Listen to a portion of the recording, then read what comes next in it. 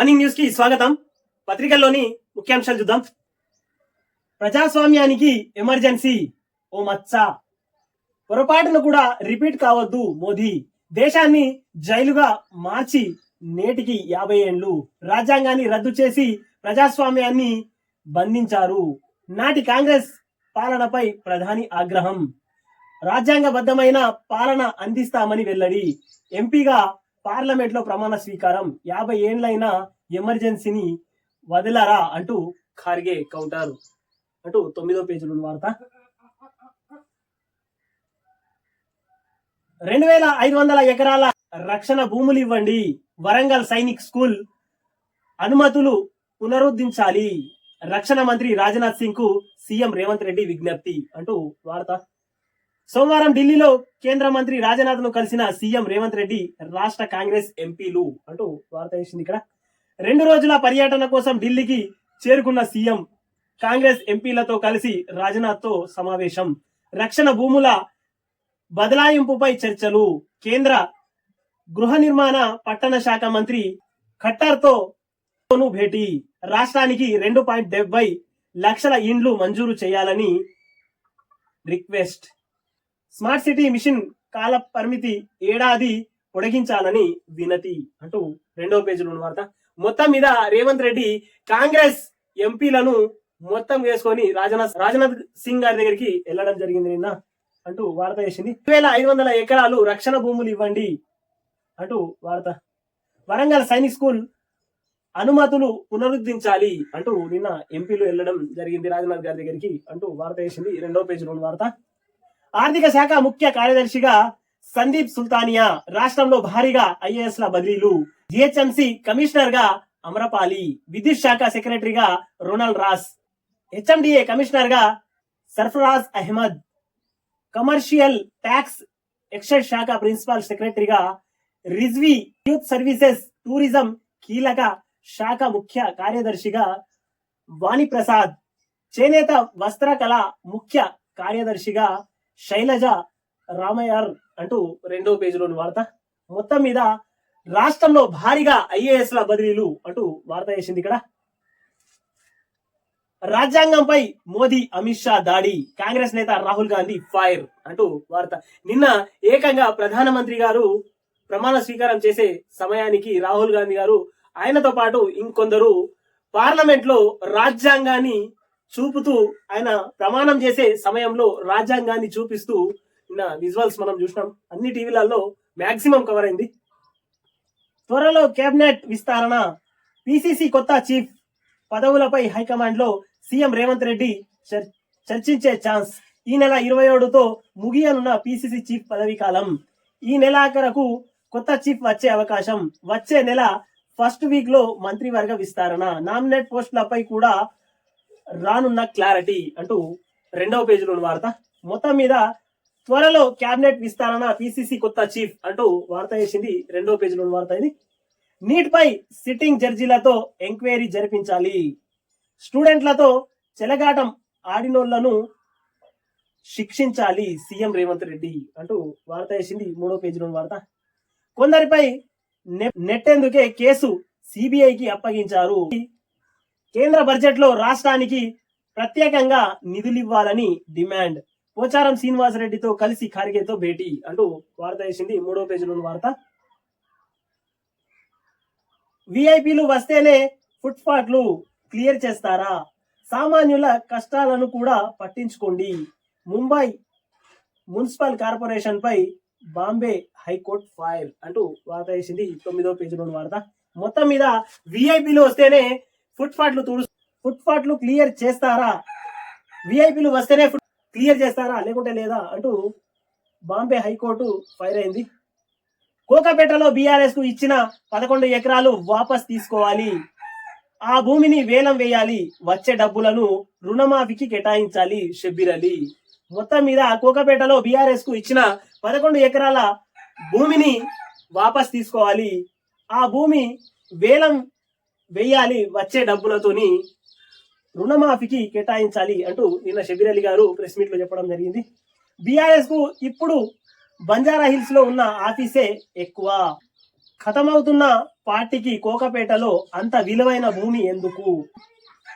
ఫిరాయింపులపై KTR BRS నేతలు మాట్లాడడం విడ్డూరం. బీఆర్ఎస్ లో చేర్చుకున్నది కేసీఆర్ కాదా అని ఫైర్. అప్పుడున్నటువంటి కాంగ్రెస్ ఎమ్మెల్యేలను సంతలో పశువుల్లాగా చేర్చుకున్నది బీఆర్ఎస్ పార్టీ, అప్పుడు ఉన్నటువంటి కేసీఆర్ కాక. ఇప్పుడు అదే బీఆర్ఎస్ ఖాళీ అవుతుంటే అదే ధోరణి ఇక్కడ కాంగ్రెస్ ప్రభుత్వం చేస్తున్నది. చేస్తే అప్పుడు చేస్తే మీరు అది సంసారం, ఇప్పుడు చేస్తే వ్యభిచారం అంటారా అంటూ నిన్న షబీర్ అలీ గారు బాగానే ఫైర్ అయ్యిండు. మొత్తం మీద కాక పరిస్థితి ఇప్పుడు ఎట్లున్నదంటే కుడిదిలో పడ్డ ఎలక లెక్క మారింది మొత్తం కేసీఆర్ కాక పరిస్థితి. ఇక కొడుకుకు మొత్తం మీద మింగుడు పడటం లేదు. కాంగ్రెస్ పార్టీలో ఇప్పుడున్నటువంటి బీఆర్ఎస్ నాయకులు ఎమ్మెల్యేలుగా ఎవరైతే కొనసాగుతున్నారో దాదాపు 39 మందిలోకి వెళ్ళి 4 పోయిర్రు.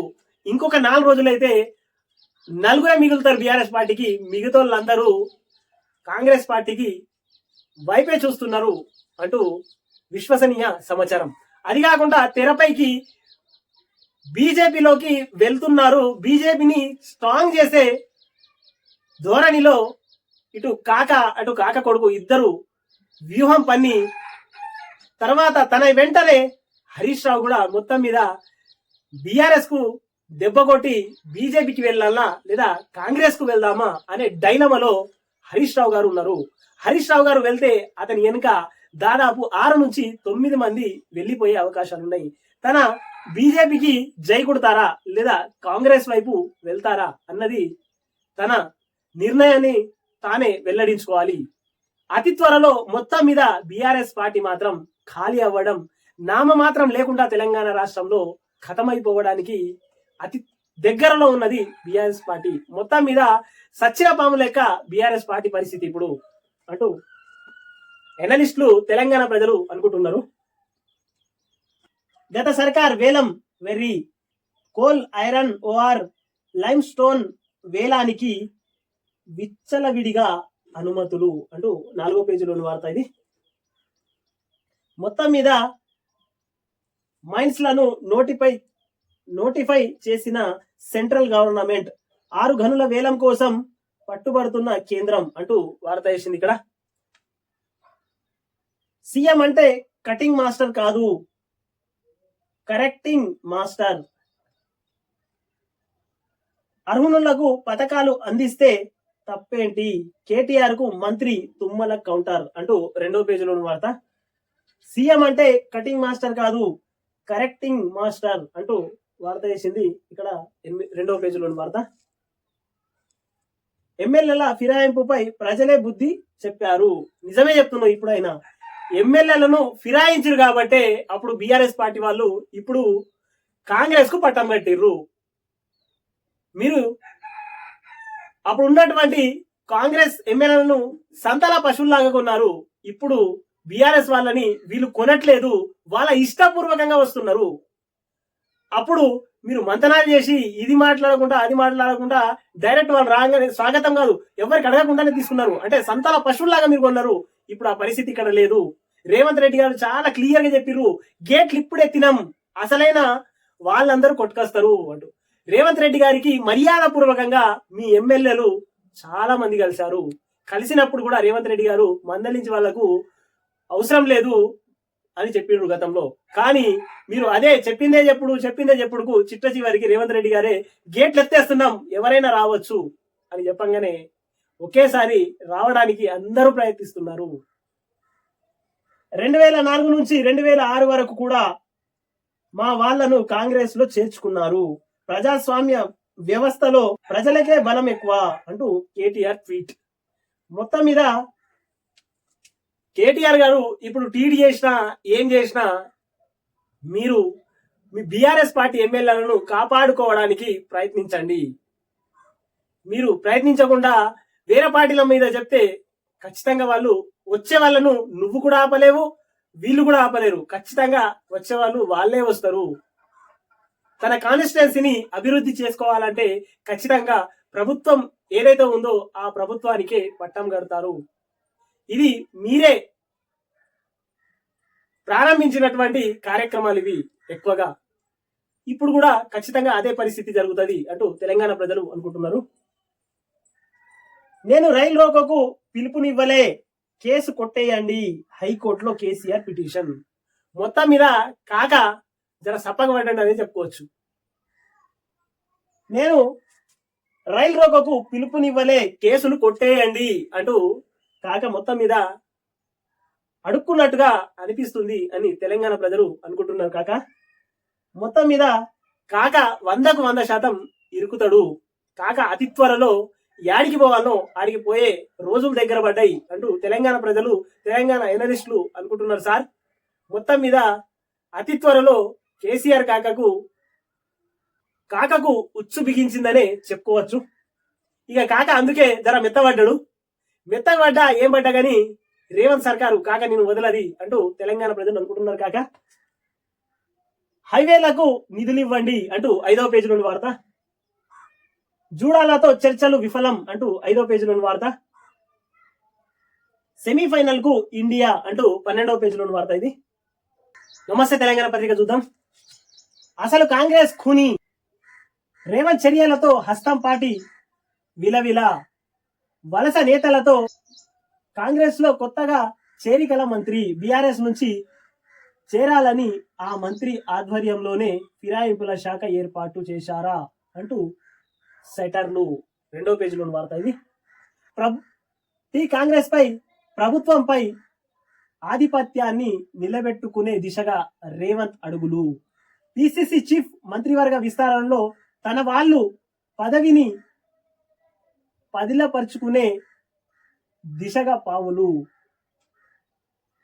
పాత కాంగ్రెస్ లీడర్లను పంపించే ప్లాన్లో మెజారిటీ ఉన్న బలం కోసం వెంపర్లాట. పార్టీలో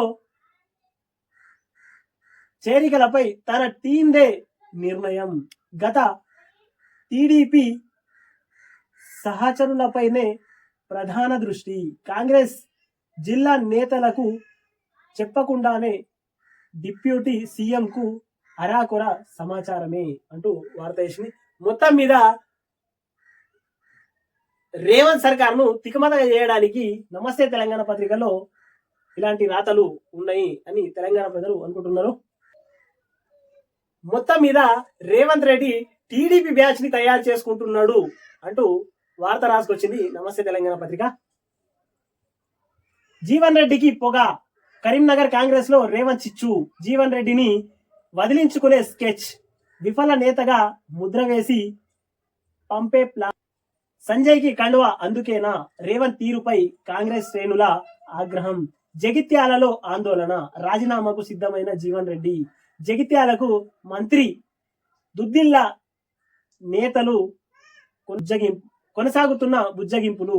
జీవన్ రెడ్డి సీనియర్ నేత, ఆయనకు హామీ ఇచ్చే స్థాయిలో మేము లేము, మంత్రి శ్రీధర్ బాబు వ్యాఖ్య అంటూ 2వ పేజీలో వార్త. ఇది మొత్తం మీద జీవన్ రెడ్డి రాజీనామా చేయడానికి రెడీగా ఉన్నాడు అంటూ వార్త వేసింది. దుద్దిల్ల శ్రీధర్ బాబు గారు ఏమంటున్నారంటే ఆయన సీనియర్ నేత, ఆయనకు సంధాయించే స్థాయిలో మేము లేము అంటూ శ్రీధర్ బాబు గారు వ్యాఖ్యానించారు అంటూ వార్త.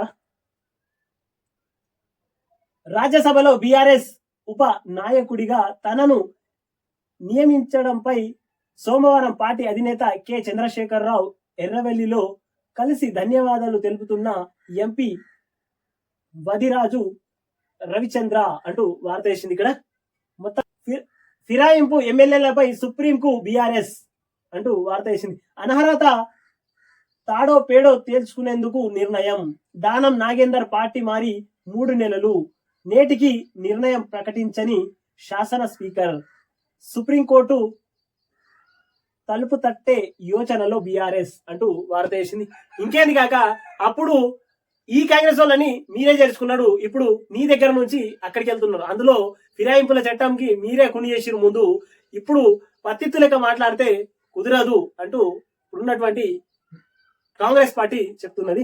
అప్పుడు చేసింది మీరు ఇదే, ఇప్పుడు మళ్ళా మేము చేస్తున్నది తప్పేంటి, అక్కడ అప్పుడు అధికారంలో మీరున్నారు కాబట్టి మీ దగ్గరకు వచ్చినాం, ఇప్పుడు మా కాంగ్రెస్ ప్రభుత్వం వచ్చింది కాబట్టి మేము వెళ్తున్నాం అంటూ కాంగ్రెస్ లో చేరడానికి బీఆర్ఎస్ ఎమ్మెల్యేలు సైతం రెడీ కూర్చున్నారు. 3 నెలల్లో తీర్చాలి అంటూ 2వ పేజీలో వార్త. ఇది ఈ వ్యవధిలోగా ఫిరాయింపుదారుల అనర్హత వేటు స్పీకర్ నిర్ణయం తీసుకోవాలి. ఎన్సీపీ శివసేన కేసుల్లో గత సుప్రీంకోర్టు స్పష్టమైన ఆదేశాలు అంటూ వార్త వేసింది ఇక్కడ. ఏది ఏమైనా గానీ పోయేటోళ్ళు ఉంటే నువ్వు ఎంత ఆపినా గానీ ఆగరు కాక. నేతన్నలవి సర్కారు హత్యలే అంటూ వార్త వేసింది ఇక్కడ. జాతీయ న్యాయహిత 2023 అంటూ వార్త వేసింది. నేటి నుంచి ప్రత్యేక విశ్లేషణలు నిపుణులలో అంటూ వార్త వేసింది ఇక్కడ. ఎమర్జెన్సీపై వాగ్యుద్ధం అంటూ 7వ పేజీలోని వార్త ఇది.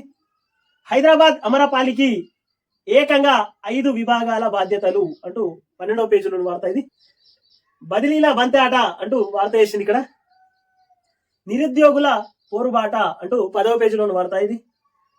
కాంగ్రెస్ హామీల మోసంపై టీజీపీఎస్సీ ఆఫీస్ ముట్టడి, జాబ్ క్యాలెండర్ ఏమైంది అంటూ ప్లకార్డులతో నినాదాలు, పలువురు విద్యార్థి నిరుద్యోగ సమైక్య నాయకుల అరెస్ట్ అంటూ వార్త వేసింది. ఠానాలోనే ఓయూ నేతల దీక్ష అంటూ వార్త వేసింది ఇక్కడ.